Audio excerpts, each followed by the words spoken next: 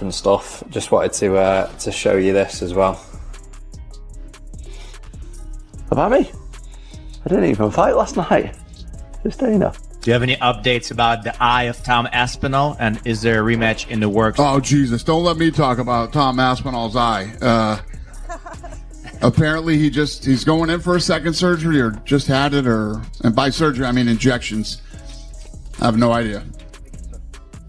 Get a quote from him. God forbid I say something about it. Go ahead.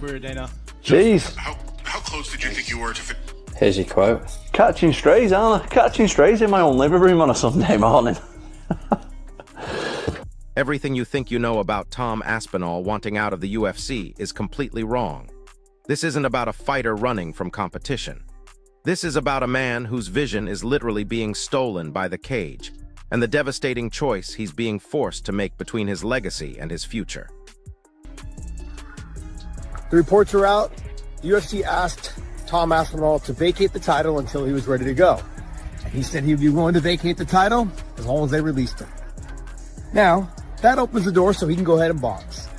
This is a really weird situation. The heavyweight division is just a total shit show right now. And it's been a shit show since the John Jones coming in, not wanting to fight, the interim champion, which was Tom Aspinall at the time, and then fighting Stipe. No disrespect to Stipe, but it was just, John had something in mind, and the UFC didn't squash that. They allowed that fight to happen, and it just led into this thing where the heavyweight division's been on hold since the John Jones, what do we call it? Bottom line is, Jailton Almeida is gone. Okay, they just released him. Tom Aspinall, if he is gone, John Jones doesn't seem like he's coming back, especially not to the heavyweight division. We have a mess. We have a disaster on our hands. The heavyweight division and the 205-pound division, the light heavyweight division, both weight classes are the worst that they've ever been. And these used to be the pillars. This used to be what would carry the promotion. When the merger of Strikeforce and the UFC happened, the heavyweight than it had ever been. And the light heavyweight division, honestly, the UFC was built off of the light heavyweight division. This is wild to me, man. The 135, 145, 155, and 170 right now are of MMA and definitely carrying the UFC. More to come. Right, and I'm not defending Tom because I'm a friend of his, and I don't really even talk to Tom very much. We're not even friends like that. I was always an admirer of Tom's work, and I believed in his potential. A lot of people are talking shit because I get Cyril. Listen, when Aspinall steps back into that arena next week, you're going to witness a complete transformation. The friendly, approachable guy you see in interviews, that version disappears entirely. What emerges is something primal, something focused on destruction in a way that leaves zero room for anything else. But here's what nobody's telling you about this mindset shift. It's not just mental preparation, it's survival mode. Because when you're fighting with compromised vision, when doctors are still clearing you medically, every single exchange becomes life or death. And that's exactly the pressure cooker situation that's driving one of the most dominant heavyweights to consider the unthinkable, walking away from everything he's built. You're allowed to say, whoa, never mind the fight, I can't see. And then the crowd turned on him. And then this is where a lot of people are saying that he's milking it. Okay, after the fight, they showed footage at the hospital and getting looked at by the doctors, and everyone was like, oh, you're milking it. And then I'm going to go through some of the comments on Twitter in a minute. The same kind of thing there, right? And maybe he was, right? Maybe there was a little truth to that, because I understand it, by the way, because he wants to show the world, hold on a minute, I'm the victim here. I'm the guy that got poked in the eye. I'm not the person out there that's committing the fouls. I had two fingers. You saw. Here's the brutal reality you need to understand right now. Tom Aspinall isn't just some fighter chasing paychecks and easy fights. This man is an absolute tsunami of talent and power, and if you think he's begging for opportunities, you're missing the entire point of what's happening. A warrior with his level of combat intelligence combined with devastating knockout power doesn't plead for anything. The real champion's biggest battle happens outside the octagon. It's a war against the system itself. Against promoters who don't understand his value. Against a division that's moving forward while he's stuck on the sidelines with medical issues. And if the UFC mismanages this situation, they need to comprehend the sheer damage he's capable of bringing to their entire heavyweight landscape. Let's run it back. And I was dying to, because the fight was a close fight. And yeah, Tom's nose was busted up and Cyril Gane was looking really good. But as fans, is that not what we want? Do we not want to see exciting fights? Do we not want to see back and forth competitive matchups? But here's where the whispers of exploitation really start making sense, and this is where the real battle gets fought. The moment you start acting like a victim in this game, trying to control narratives that are already stacked against you, that's when you lose everything. That approach lacks the winner's mindset, the raw core of what makes a true champion. This isn't about appearing weak or broken. This is about the brutal winning nature that defines someone at the absolute peak of their powers. You think he's pushing for his UFC release because he's somehow defeated? Think again. This is calculated warfare at the highest level. We want to see legendary matchups as fans. We want to see good matchmaking. We want to see two guys that are the best in the world going toe-to-toe and pushing each other to the limit. And that's what we saw, right? It was a competitive. And get this, you saw him get hurt. You watched him get tossed around in training, yet deep down you absolutely loved every moment of that fierce exchange. It was pure violence that grabs you by the throat, the kind of raw spectacle that reveals who truly belongs at this level. But let me burn this truth into your memory. While you're cheering for entertainment, an athlete of Aspinall's caliber isn't just celebrating wins. He's constantly calculating the hidden costs that nobody talks about. He's looking beyond the immediate applause, beyond the roar of crowds that forget about fighters the moment they leave the building. True fighting intelligence isn't just about landing devastating shots or winning rounds. It's about understanding the reality of every scar, every concussion, every moment your vision gets a little bit worse. When a top contender makes the decision to step aside, it's never weakness. It's often the most calculated decision of a fighter, who understands his worth and knows when the rewards don't justify the supreme sacrifice he's making. A lot of the public fan base has had to say, now granted, this is on Twitter, right? And we know Twitter is a bit of a cesspool of negativity and toxicity, right? I'm sure if we looked at the Instagram comments, it'd be a little more positive. But look at these guys. First of all, Grok, is this real? Come on, man. You really think the heavyweight champion of the world is out there? He's going to fake something like this? He's going to put some, like, I don't know, eye drops in his eyes and be playing a whole stunt? No, we all saw the eye pokes. We all saw the aftermath. We all saw the fallout. We all saw the appointments with the doctors. And now we're seeing 4 months later the fact that he's had surgery. Now here's what's driving fans absolutely wild about this situation. You hunger for those epic showdowns, don't you? You want to see these guys drive themselves to the brink of human endurance, push their bodies until something breaks. But for fighters, that brink often leads straight to the hospital, to surgeries, to months of recovery that steal prime years from their careers. For Tom, this isn't about another fight. It's about a spiritual longing for the trial he's being forbidden from pursuing because of medical clearances and bureaucratic red tape. True greatness isn't handed to anyone. It's forged by the chances you seize to surpass not just opponents, but the entire system that tries to control your destiny. That's exactly why he wants his freedom back, why he's willing to walk away from guaranteed money to control his own path. That he didn't even do. If anything, people should be more pissed at Cyril Gane, and then underneath that, Tommy's milking this shit, but hey, it is what it is. He wanted out of the UFC and got his chance. Now he'll sue for a few mil, and that will be that. And we can go on all day, we can go through it, but you get the general consensus, you know? I mean, fake, they said, right, I don't know. Listen, at the end of the day, these guys are talking out their arse. What do you mean he wanted out? This man has worked his way up. The man became the interim heavyweight champion of the world by stepping up on short notice and taking out Sergey Pavlovich. Hold up, because this next part is crucial. The strongest opponent any fighter faces isn't inside the cage. It's the cage itself, the limitations, the politics, the unseen battles that bind and restrict elite athletes. You witnessed that gut-wrenching injury, didn't you? You followed his journey through months of painful recovery, through surgery that threatened everything he'd built. And yet some people still sit there spouting nonsense about this being tricks or manipulation. This isn't some movie set with special effects. This is a man's entire life, his bones, his future, all at stake every single moment he steps into that brutal arena. The audacity of diminishing that reality is truly shocking, especially when you consider what's really happening behind the scenes. And that's what he's done to the majority of his opponents. And yeah, you know, he had a couple of things that week with the DC and saying he was going to boxing and all that type of stuff. But at the end of the day, the fight was looking like a really, really good one. Now, I was excited for the rematch, and there's still been no talk of a rematch. Because, of course, there hasn't. How can you have a rematch when one half of the matchup is still going through medical clearance, still trying to get his vision back? And in fact, if we read out the actual statement from the doctor, this was an Instagram post, and this is what was written, but it was like written in third person. I think Tom shared it or something like that. It says, after his highly publicized Every champion who sheds blood for this sport for your entertainment faces this cruel reality from fans who don't understand the sacrifice. This personal cost is precisely why someone like Tom Aspinall has reached this breaking point. It's not just about physical pain or broken bones. It goes way deeper than that. It's about the soul-crushing wound of shattered faith, that moment when you commit your entire being to a sport you love, only for the system to treat your dedication as expendable. That's a different kind of injury, far deeper than anything physical. It devastates your core and makes you question everything. Is my courage genuine? Is my commitment real?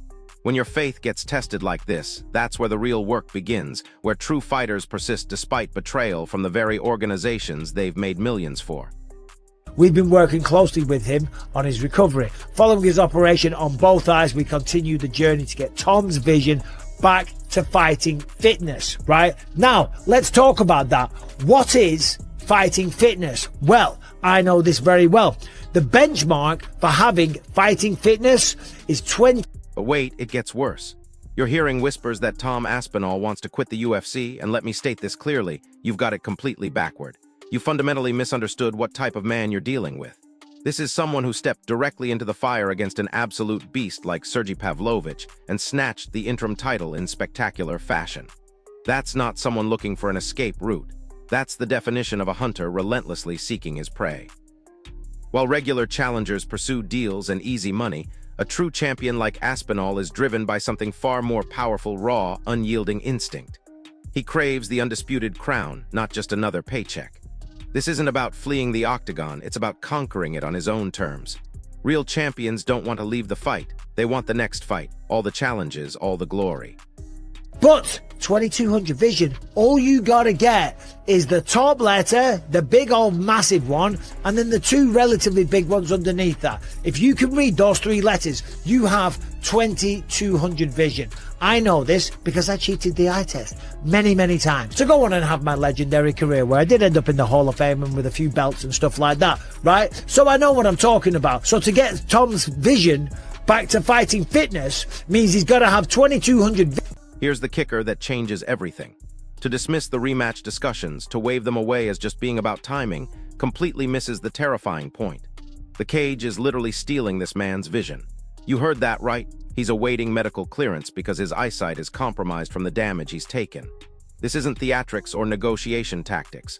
This is the harsh cost of fighting at the highest level, and this is exactly why Tom Aspinall is demanding a path with no concessions. This sport takes everything from these warriors, and that's a truth that needs to be etched into everyone's mind. Challengers fight for moments, but champions persist through lifetimes of damage.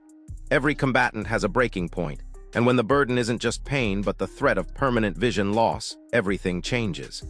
The focus isn't just on titles anymore, it's about choosing your destiny before the cage blinds you forever. Talking about it online would say to me that the operation has been a success. So now it just is a matter of time before Tom to rest up, to heal from the surgery, and then come back and rematch Cyril Gane. But how long will that be?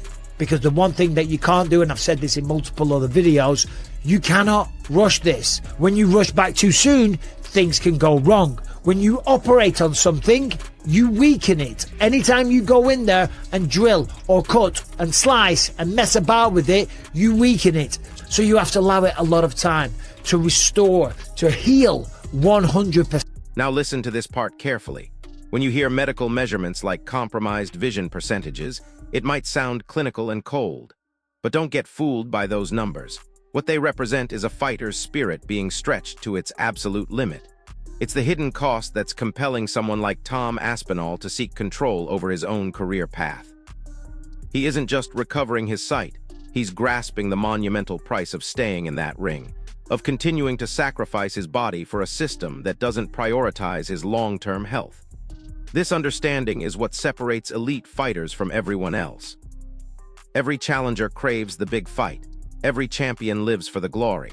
But the truly superior fighters with sharp fight IQ understand that sometimes the most tactical move is knowing when to choose your own battleground instead of letting others choose it for you. Ignore all the negative comments on Twitter and Instagram and all these dickheads online, because they don't know what they're talking about at the end of the day. You'll be back at some point. I look forward to it. I look forward to the rematch with Cyril Gane, and then you'll get used to all this shit again. Everyone coming out the woodwork and talking crap. Anyway, what do you guys think about everything that I just said? What do you think about Tom's situation? Do you think they're going to bring in an interim champion? Is it going to be Cyril Gane versus Alex Pereira, something like that? I really don't know. But what do you think? As I say, always say, let me know in the comment section and subscribe. And here's where people completely miss the point. Some argue that champions don't need perfect vision, that they fight past the haziness and compel victory because that's the non-negotiable requirement for any warrior in this game. So when Aspinall speaks about vision problems, you have to ask yourself, is this purely about physical eyesight or something deeper about his will to continue under these circumstances? The argument goes that real champions possess combat instincts and warrior drive that moves them past every physical barrier. If you're seeking an exit when the fight demands more focus, maybe you're just a contender who lost the drive to win. But that perspective completely misses the strategic mind of someone operating at Aspinall's level. To have when you're fighting the best people on the planet. So it's not that he was looking for a way out, it's that he got double poked in the eye. And now, as we say, here we are 4 months later, the man has had surgery. Not one, apparently he's had 2, right? And you can see the damage on the eyeballs, right? Anytime they mess with the eyes, I've had multiple eye surgeries, right? I lost my retina. You all know this story by now if you're new to the channel and you haven't seen this shit, right? Yeah, I lost an eyeball and I had a lot of surgery. Because let's be brutally honest here. Each injury you have to heal from saps your energy and drains your soul. If you come back too fast, too soon, you don't just risk one defeat, you risk ending your entire career in devastating fashion. This isn't a game, it's an existential struggle for career survival. This understanding explains why Tom Aspinall's desire for freedom burns with such intense fire. He's far more than just a fighter. He's a meticulous tactician who knows deep in his bones that he's not just fighting against potential defeat, but against the idea of compromising his total legacy. When the system orders you to fight while you're still compromised, still healing, you have to wonder, are you truly a champion, or are you being positioned as a sacrifice for someone else's profit? You might think this is about someone else gaining opportunities, but you're missing the devastating point entirely. It's the soul-crushing reality of being a trapped hunter, wounded and watching your entire division evolve without you while you're stuck on the sidelines dealing with medical clearances. That's precisely why he's speaking about needing his release, needing to break free from a system that doesn't prioritize his timeline or his health. A true champion's heart won't stand still. It demands action, progress, and meaningful engagement. And here's what you're not hearing from anyone else. Sometimes the ultimate warrior spirit isn't about fighting the next man in the cage.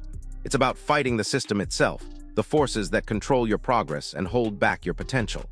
Do you honestly think the UFC wants an injured, frustrated fighter sitting on the bench costing them money? This isn't desperation. It's strategic calculation from someone who knows his value in this landscape. You witnessed those injuries with your own eyes, didn't you? Those weren't simple bumps and bruises. That was the savage truth of this sport digging into a man's optic nerve, threatening to ruin his entire career permanently. A fighter's resolve is undeniable, but what good is determination if your essential tool, your eyesight, is fundamentally compromised? You think that's a quitter trying to escape a tough fight? Wrong. That's a top-level athlete facing the grim reality of potentially living with impaired vision for the rest of his life. When the octagon demands such profound sacrifice, when it's literally stealing your sight, you deserve the right to control your own future. The UFC needs to pay attention when a competitor's entire destiny is at stake, not just their next fight or their next payday. So there you have it. Tom Aspinall isn't running from competition. He's fighting for control over his own career while dealing with vision problems that could end everything he's worked for. This isn't about weakness or fear. It's about a strategic mastermind who understands that sometimes the biggest victory comes from choosing your own battlefield instead of letting others sacrifice your future for their profit. And honestly, watching this play out, I think we're seeing what happens when an elite athlete finally says enough is enough to a system that treats fighters as expendable. Here's my question for you, drop it in the comments. Do you think Aspinall should stay and risk permanent damage, or is walking away the smartest move he could make? If this breakdown opened your eyes to what's really happening behind the scenes, smash that like button, subscribe for more inside analysis of the fights that matter, and hit notifications because this situation is about to explode in ways nobody expects. I'll see you in the next one. What I'm about to reveal next will completely shatter your understanding of this entire situation. Because while everyone's debating whether Tom Aspinall should stay or go, they're missing the nuclear bombshell that's about to detonate across the heavyweight division. The UFC isn't just dealing with one frustrated fighter. They're staring down the barrel of a complete revolt from their most valuable assets. You see, Aspinall's situation has become a lightning rod for every elite fighter who's ever felt trapped by the system. Behind closed doors, champions and contenders are watching this play out like a case study in fighter exploitation. When John Jones sees a dominant heavyweight getting sidelined with vision problems while the division moves forward without him, what do you think goes through his mind? When Francis Ngannou already walked away from guaranteed millions because he felt undervalued, and now Aspinall is considering the same nuclear option, you're witnessing the birth of a new era where elite fighters refuse to be treated like corporate assets. Here's the part that should terrify UFC executives. Tom Aspinall represents the new generation of fighters who understand their worth in the marketplace. This isn't the old days where promoters could dictate terms to desperate athletes with no other options. Today's elite heavyweights have leverage, they have options, and they're not afraid to use them. When a fighter of Aspinall's caliber starts talking about walking away, it sends shockwaves through every negotiation room in the sport. Suddenly, every championship contract becomes a potential powder keg. But let's dig deeper into what's really driving this madness. The medical clearance process that's keeping Aspinall sidelined isn't just about his individual situation. It's exposing the fundamental contradiction at the heart of combat sports. The UFC markets itself on violence, on warriors pushing past human limitations, on fighters who refuse to quit no matter what. But when the inevitable damage occurs, when fighters start dealing with the long-term consequences of that violence, the system suddenly becomes extremely conservative about medical risks. Think about the insanity of this position for a second. You're telling a man who's built his entire identity around overcoming impossible odds that he can't compete because his vision might be compromised. Meanwhile, you're promoting fights where guys get knocked unconscious, where careers end in split seconds, where permanent brain damage is an accepted occupational hazard. The mixed messages are driving elite athletes absolutely insane, and Aspinall is just the first one brave enough to call it out publicly. And here's where this story takes a turn that nobody saw coming. Sources close to the situation are whispering about something that could change everything. What if Aspinall's vision problems aren't as severe as initially reported? What if the medical clearance delays are actually about something else entirely, like contract negotiations, happening behind the scenes that the public isn't privy to? The timing of these medical concerns, coinciding perfectly with his demands for better treatment and more control over his career, raises questions that nobody in the MMA media wants to address directly. Because let's be completely honest about the business side of this equation. Tom Aspinall is one of the most marketable heavyweights on the planet. He's got the perfect combination of devastating knockout power, technical brilliance, and genuine charisma that makes him worth millions to the right promotion. If he walks away from the UFC, he doesn't disappear into retirement. He becomes the biggest free agent prize in combat sports. Organizations like PFL, One Championship, and even boxing promoters would throw ridiculous money at him just for the publicity of stealing a top UFC heavyweight. The ripple effects of losing Aspinall would be catastrophic for the UFC's heavyweight division. They're already dealing with an aging John Jones who fights once every 2 years, a Francis Ngannou-sized hole in their roster, and a championship picture that fans are losing interest in. Losing the most exciting young heavyweight in the sport would be like voluntarily destroying their own future. But here's the chess match aspect that makes this so fascinating. Aspinall knows this. He understands his leverage, and he's not afraid to use it. What's really happening here is a fundamental shift in the power dynamic between fighters and promoters. For decades, The UFC held all the cards. Fighters competed for the privilege of being in the octagon, accepting whatever terms were offered because there simply weren't viable alternatives. But the landscape has changed dramatically. With multiple well-funded organizations competing for talent, with social media allowing fighters to build their own brands independent of promotional support, the balance of power is shifting toward the athletes.